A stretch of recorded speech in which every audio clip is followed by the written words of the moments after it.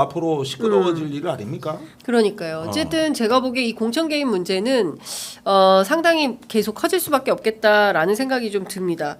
사실 오늘 두 분 벌써 시간이 오늘 굉장히 금방 가네. 52분인데 오늘 갤럽이 안 이것 하네. 좀 갤럽은 오늘 소폭 상승했어요. 3%에 올라가지고 아까 좀 저희가 다뤄서 저는 당원 게시판 얘기를 좀 해봐야 될 것 같은데 한동훈 대표 당원 게시판 논란 이거 어떻게 봐야 됩니까? 사실 맞다는 설과 아니다라는 설이 양립하고 있어가지고. 근데 한동훈 대표가 네. 본인한테 불리한데 사실이 아니면 바로바로 법적 조치로 대응을 하는데 네. 그 대응을 안 하고 있는 거로 봐서 뭐 이상하네. 진짜로 올린 거 아닌가? 라는 생각이 좀 드는데요. 진짜 한동훈 맞는 거 아니야? 막 이런 생각이 든다는 거죠. 아니, 특히 그 예. 가족 그렇죠. 명의의 예. 아이디로 올린 거 예. 그거는 진짜 아닌가? 뭐 이런 생각이 좀 드는데요. 근데 주진우 법률위원장이 법률 대응한다 그랬는데 아직 안 했다는 거거든요. 못 아니, 한다 그러니까. 이런 얘기가 있어요. 아니 그러면 네. 그거는 뭐 네. 사직에서 야구 봤다도 네. 그 바로 제소한 사람이 만약에 이게 한동훈 대표의 가족들이 올린 게 아니고 동명이인이거나 뭐 아이디를 정말 아무 상관없이 도용당한 거면 여태 가만히 있었겠어요. 그렇죠. 벌써 고발했죠. 아니 김대남 당무감사 어떻게 된 겁니까? 한다 그랬지 않습니까? 네. 그러니까 윤핵관에서 그거 당무감사하면 당 쪼개진다. 네. 이거 분열시키자는 네. 거예요. 근데 이번에는 똑같은 일이 공수가 바뀌어가지고 다시 나온 거야. 그러면 이 당무감사들 제대로 하겠냐? 그때도 뭐 형사 사법 처리까지 한다고 큰 소리 빵빵 치더니 소식이 없어. 네. 나는 이것도 그래가지고 같이 물려 들어가는 거 아닌가 싶어요. 근데 한동훈 대표가 3대 요구하면서 윤석열 대통령을 향해서 압박 수위를 높여가다가 갑자기 수위 조절을 바뀌면서 특감 얘기만 막 하고 민주당으로 화살을 돌리기 시작했어요. 오늘도 한동훈 대표 몇 가지 메시지가 나왔는데 대놓고 이재명 무죄 촉구 시민대회 나라를 망가뜨리고 있다. 이런 주장을 하고 나섰습니다. 민주당 뻔뻔함 수준을 넘어서고 있고 사법부를 자판기처럼 생각하고 있다.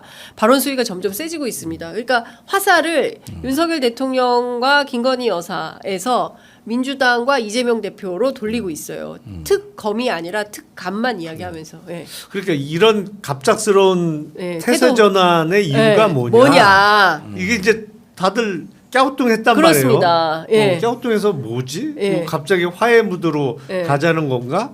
근데 이 당원 게시판 얘기가 나오면서 저것 때문에 당원 게시판 그래서 목줄이 잡힌 거 아니냐라는 얘기가 나오고 있습니다. 참 희한하네. 이거 네. 별로 어려운 조사도 아니에요. 아 그럼요. 네. 뭐가 네. 어려워요? 네. 이거 한나절만 뒤지고 실명 확인하고 안 되면 어디 뭐 IP 조회만 해도 금방 나올. 당에서 바로바로 조회가 가능한 거 아닙니까? 그럼요. IP는 IP 조사할 수 있지. 네. 아니 이게 게시판에만 한땡땡 네. 진땡땡 네. 이렇게 표시되지 네. 사실은 실명 확인이 되고 가입하는 거기 때문에 네. 당에서는 그거 다 볼 수 있죠 자료를. 그러니까 경찰 조사할 것도 없네. 네. 당에서 당무감사하면 다 나오는 건데. 다 나와요. 근데 또 갑자기 당무감사 또 안 하겠다고 하지 않습니까?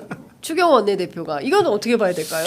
화해를 하는 걸까요? 아니면 친윤과 친한의 화해예요? 확실하게 무릎을 꿇었기 때문에 예. 봐준다 이거 봐준다. 한번. 이렇게 되나요? 넘어가자 아니, 이렇게 되는 추경호 겁니까? 원내대표가 대놓고 한동훈 띄우기랍니다. 예. 예. 아주 뭐 200꿀이 발려 있어. 그 정도로 네. 대놓고 칭찬을 하고. 그래서 내가 보니까 이거는 뭐 특감 하나 정도 먹이로 던져줬어요. 당론 채택을 했거든요. 네. 네, 그래서 그거 하나 정도고 이걸로 다 끝났고 해결됐다. 그러니까 이게 대통령 기자회견이 이 전반적으로 보면은 그냥 뭉개고 간다 이렇게 돼버리니까 거의 다 정리가 돼버리는 것 같아요. 그 이후로 다 나타난 현상이에요. 근데 이렇게 무턱대고 민심과 괴리되는 상황에서 대통령 감싸기를 한다고 해서 이게 제대로 된 보수의 해법이 될 수 있을까요? 이거 정말 말라 죽을 것 같아요. 이른바 보수 진영은 네. 계속 이런 모습으로 장기간에 걸쳐서 망가지면 네. 이 소생의 기미가 안 보일 것 같아요. 오히려 그러니까 축제 분위기일 겁니다. 오늘 3% 올라가지고. 대통령실도. 거봐 골 붙였으니까 3% 오르잖아 이렇게 되면. 아니 지지 기자회견하고 사과 용기 있게 하니까 봐 3% 오르잖아. 네. 20% 다시 됐잖아. 이거 아닙니까? 근데 사실 배달하겠는데 기자회견 이제. 아니 근데 원래 예상은 그 하루밖에 반영이 안 됐기 때문에 지난주에 목요일에 있었던 기자회견이 반영되면 이번 주에 추가 하락 가능성이 높다고 전망을 했는데 3%나 반등을 했어요. 뭐 여론조사라는 거는 항상 네. 오차가 존재하고 그리고 지금 뭐 17%를 찍다 보면 아무래도 결집되는 부분도 있겠죠. 이러다가 또 2016년, 17년 재연되는 거 아니냐라는 걱정에서 네. 결집하는 층도 분명히 있을 테니까. 근데 조금 더 긴 호흡으로 보면 그렇다고 그러면 20% 찍고 뭐 몇 달 후에 30% 찍고 올라갈 수 있느냐? 그거는 뭐 가능성 거의 없다고 아니죠. 봐야죠. 아니 근데 박지원 의원 같은 양반도 기자회견 끝난 뒤로 몇 프로는 오를 거라 그랬어요. 이 기자회견이 우리가 보니까 엉터리지만 소수의 그 지지층에는 소구력이 있다. 그러면서 뭐 자기가 고개를 숙이고 어쩌고 하면 이제 윤핵관 의원들 보십시오.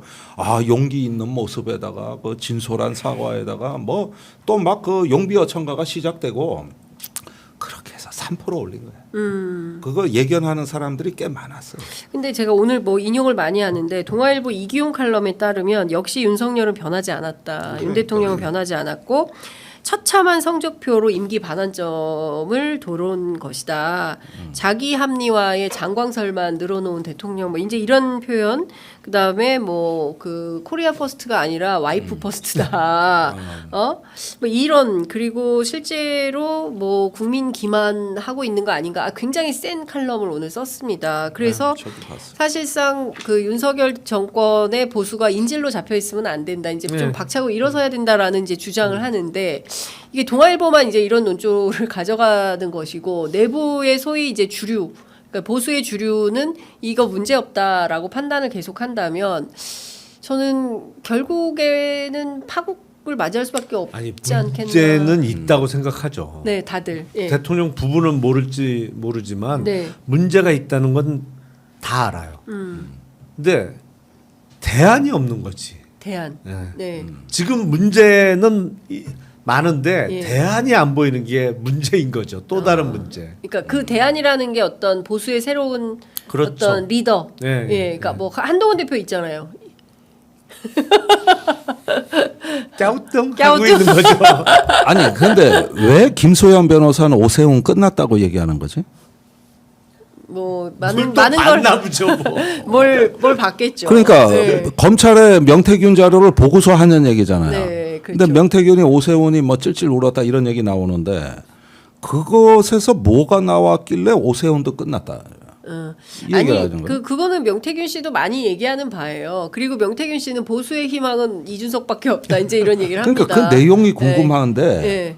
변호사까지 저라는 거 보면 진짜 뭐가 나왔구나. 네. 이 생각을 할 만하죠. 근데 어쨌든 중요한 것은 저는 그 반성하지 않는 보수가 결국에는 맞이하게 될 이 파국적 상황에 대해서 누군가는 책임을 져야 될 텐데 아무도 책임지지 않는 상태로 지속이 되면 이대로 간다면 뭐 다음 지방선거도 어렵고 내년에 있을 당장 재보궐선거에서도 희망이 없다고 봐야 되는 거 그렇죠. 아니겠습니까? 아니, 그러니까 그냥 영남 지역에서만 제가 보기에 이 보수라는 개념과 철학에 대한 문제로부터 잘못된 길로 들어섰기 그래요. 이건 단순히 윤석열 한동훈 문제가 아닙니다. 네.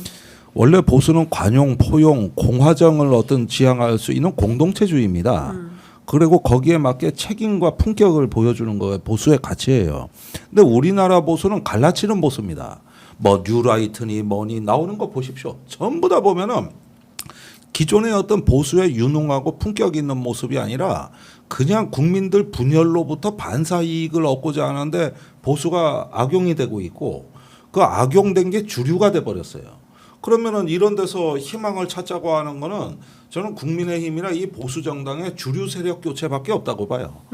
그래야지 이게 저기 뭐냐 여기 안에서 야 한동훈이 대안이 되냐 안 되냐, 오세훈이 되냐 안 되냐. 난 이런 논의를 하기엔 지금 한가하다고 보는 거예요. 그리고 전부 보면은 이 개발주의자에다가 분열, 갈등 이런 걸 조장하고 뒤에는 법적 카르텔이 버티고 있고 정치 카르텔이 버티고 있고 이런 식으로 해가지고 우리가 갈라치는 걸 이념화했다고 그리고 사법화하고 이러면은 이건 이미 보수로부터 벗어난 길이라고 보거든요. 이 자체가 청산이 돼야 이게 희망이 있는 거지. 그리고 그럴 인물, 철학, 그다음에 비전이 나와줘야 되겠죠. 우리는 그런 보수가 있어야 우리 진보도 좋은 영향을 받는다고 봐요. 그러니까요. 아유, 하여간 참 그 답답한 상황이고 내일 또 광화문에서 야당 사회단체들이 연대해서 대규모의 집회가 있을 것 같습니다. 그 지난주에는 굉장히 경찰이 삼엄하게 예, 그리고 심지어 국회의원까지 폭행당하는 그런 일이 있어서 굉장히 많이들 놀라셨을 텐데 이번 주 집회는 좀 평화로운 집회가 될 수 있을지 좀 보겠습니다. 그 김영남 의원이 끝으로 한 말씀 듣고 마무리하겠습니다. 너무 시간만 보내고 있는 것 같아요. 명태균 게이트가 어쨌든 폭발을 했는데 이와 관련해서 책임 있고 관련된 사람들이 다 자기 책임을 면하려는 모습에 급급해 보이는 것 같은데 글쎄요. 이제 용기 있는 결단이 필요한 상황 아닌가라는 생각이 들고 조금 장기적인 식견에서 이 문제를 해결해야 되고 이걸 만약에 덮고 그냥 이른바 뭉개고 지나간다? 그러면 대한민국 희망 없는 거예요. 어떠한 잘못을 저질러도 힘이 있으면 별일 없이 그냥 잘 살 수 있다는 아주 나쁜 선례를 만드는 거라고 저는 생각합니다. 네. 좋은 말씀. 예, 굉장히 그 의미심장한 말씀 주셨다고 생각합니다. 그러니까 사실은 이게 뭐 앞서도 의원님 말씀해 주셨지만 지금 경제가 엉망진창이고 그리고 한국 증시가 끝모를 추락을 하고 있고 환율은 맨날 올라가고 칼국수 한 그릇에 14,000원, 15,000원 하고 서민들은 살기가 너무 어려운 거거든요. 그런데 이제 대통령은 골프나 치시고 전쟁이 날 것 같아도 뭐가 문제냐 이렇게 하고 있고 그런데 그런 대통령을 그냥 추앙이나 하고 문제가 없다는 식의 태도로 나오니 그러니까 참 국민들의 마음이 헛헛한 겁니다. 이럴 때 진짜 용기 있는 정치인들이 진보 보수의 문제도 아닌 것 같습니다. 예, 이거는 저는 그런 문제도 아닌 것 같고요. 자, 용기 있는 결단을 통해서 제대로 된 좀 비전을 만들어 나가는 이런 정치가 좀 필요한 때가 아닌가라는 생각이 좀 듭니다. 자. 매주 금요일 두 분을 만나면 이제 한 주가 마무리되는구나. 그러나 최근에는 월화수목 금금금. 다음 주가 아니라 저는 내일 광장에서 다시 여러분들 뵐 거고요. 이분들은 저희가 다음 주 금요일에 다시 뵙겠습니다. 오늘 두 분 말씀 잘 들었습니다. 감사합니다. 감사합니다. 네, 감사합니다.